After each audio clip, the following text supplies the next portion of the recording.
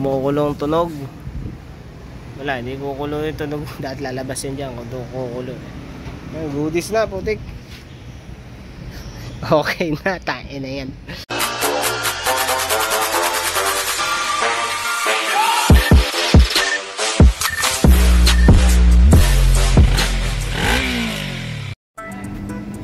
Ito, tama yung decision nyo na ipa-harness yung common ng start galing sa park light. So kailangan mo mag park light para mapindot mo yung start at gumana. Ayan eh. Ayan yung itim mo. Ayan. Ayan sa park light. Putik na yan. Buset. I-moves. Yeah, mga gusto kong galawan po. Ayun, pwede sa building. Ayan, pakita nga lang. Ayun, pwede naman pala. Yan yung naka ano.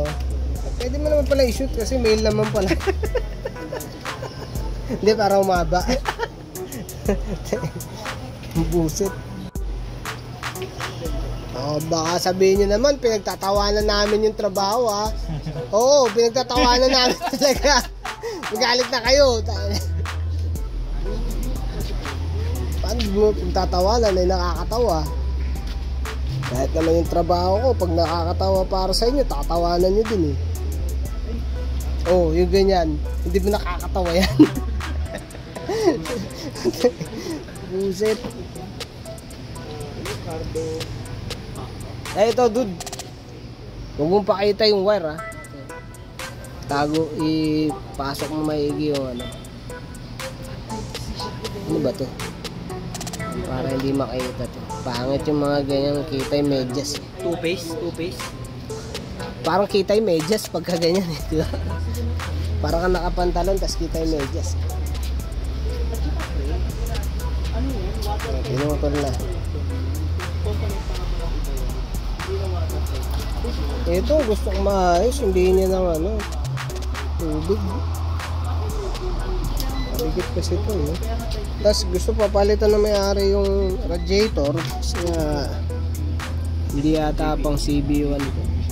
O CBR yata yung radiator. Ano pa ba yung gagawin dito? Ay, rectifier. Ito na lang oh, wala oh.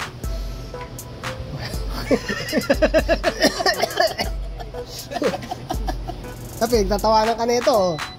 Hindi na wala eh oh. Yun. Ano ba yan? Sa gauge? Sa ano? Switch. May resistance pa yan. Resistance pa nga. Tulo mo na lang, tapos magbago ka na lang ng ano, terminal dyan. Kasi mukhang malakas yung busina na yan. Gusto kong paganayan ng malakas yan. Yung speed. Magana kaya yung speed? Yung speed ko na testing yan. Kaya RPM niya, ang bilis gumanon eh. Kung baka fake to, kaya gano'n. Minsan pag peke, gano'n. Ferraris. Pakita ko lang yung setup na yung harness. Aha. Wala, dito pa rin nilagay yung mga sakit kasi originally nandyan pala. Ay, yan na yun, no? Ayan na. Yan na. Teka lang ha, bibidyoan ko lang to ha. Nakalimutan ko na tuloy mag-video. Ito, papalitan ko ng throttle cable kasi sira na yung cable niya. Tapos may problema pala, pag sinut yung kable dito, yan o, nakangiwi na eh. Ano siya eh, naiipit yung kable, hindi maka... Ayan, nakangiwi. Lagariin ko kaya, ayun, na ano na, deform na eh. Hindi siya maalam sa ganun. Mga punta marami sa kanila talaga. Good shit. Ah, okay ah. Ito, okay na eh, na-testing ko na yan. Gumagana yung ano, vacuum operated na petcock. Kaso nandun lang siya, nakasampay lang siyang ganyan. Magaang lang naman yan. Maliit lang naman kasi. Tapos ayun, yung hose.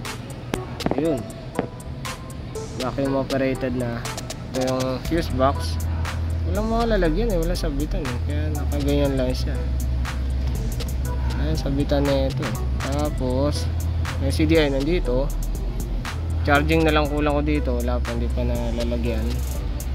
Ano ba? Tsaka mga preno. Preno, asikasuhin ko lang.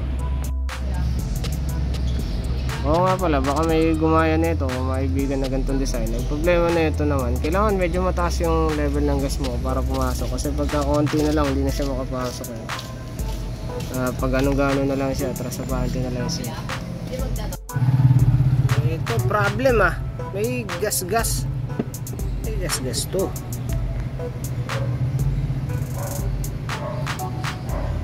Yan. May gas-gas yan. Yayain ko na lang siguro, putik. Good shit headlight na lang, babalik nyo night, tsaka mga takip-takip. Tapos salin gasolina lang, pwede na to. Road test na natin to.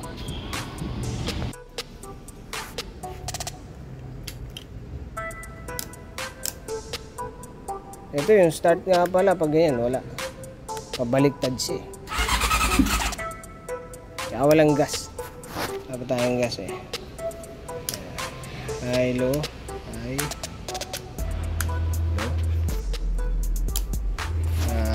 Signal. Yung signal light sa harapan di gumagana. Saan umiilaw yun? Yung ano?